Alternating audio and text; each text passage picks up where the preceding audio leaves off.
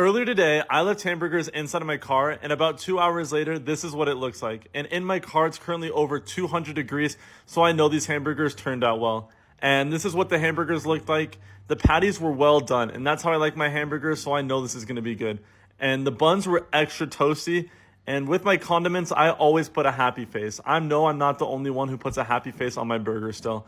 And this is what it looks like. If you're ever too lazy to cook on your stove, just cook in your car. This burger was a definite 10 out of 10. Who needs air fresheners when you can make your car smell like an unlicensed food truck?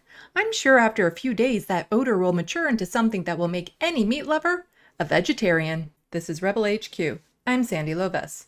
A heat wave is baking central U.S., with record-breaking temperatures expected to soar over 100 degrees Fahrenheit. I'm not sure what that means, so let me just pop that into the converter there, and that is,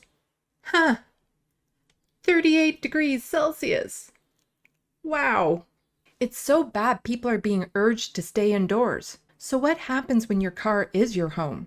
What happens to all the unhoused folks, the people who can't afford air conditioners or fans, the people who are shunned from staying in malls or other indoor places because they look poor or like they might steal something? This is what happens. Temperatures in part of BC surpassed 40 degrees Celsius for days during last summer's so-called heat dome event, resulting in 619 heat-related deaths, most of them among elderly and vulnerable people in buildings without air conditioning. The report says 98% of those who died in the record-breaking heat wave were indoors, and most victims lived in socially or materially deprived neighborhoods compared with the general population. 93% may have been without air conditioning, it estimated, and 76% may have been without a fan. Temperatures in late June, early July topped out at 49.5 degrees Celsius. That's 121 degrees Fahrenheit.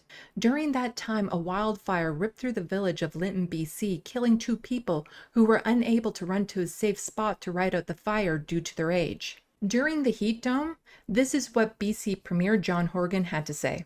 Well, again, I'll await the coroner's determination. As Dr. Henry said, fatalities are part of life, and the consequences or the causes of those fatalities are examined by officials that we put in place as a society to make sure we're getting the best information possible so that we can put in place programs and policies to protect people going forward. And again, this was an unprecedented heat wave, records broken day after day.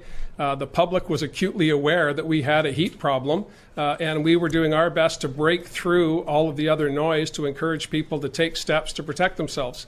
But it was apparent to anyone who walked outdoors that we were in an unprecedented heat wave. And again, there's a level of personal responsibility. I'm not ducking the issue at all, Lisa. This is a tragedy upon a host of others that we've had to address over the number of months. Sure, personal responsibility. If you're poor and can't afford air conditioning or a fan, or if a disability makes it difficult for a person to leave their home, well, fatalities are a part of life that just happen to disproportionately affect marginalized communities. We need to do better.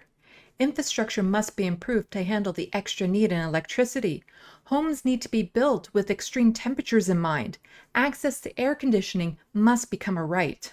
As climate crises become more frequent, it's the people with the least who will suffer the most. We need to make plans now so when they do occur, we can save as many lives as possible.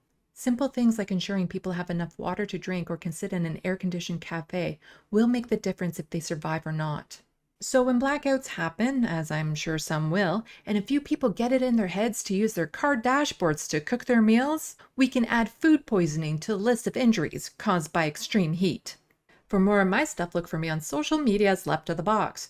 Don't forget to hit buttons and leave comments. Thanks for watching, and until next time, get informed, get involved.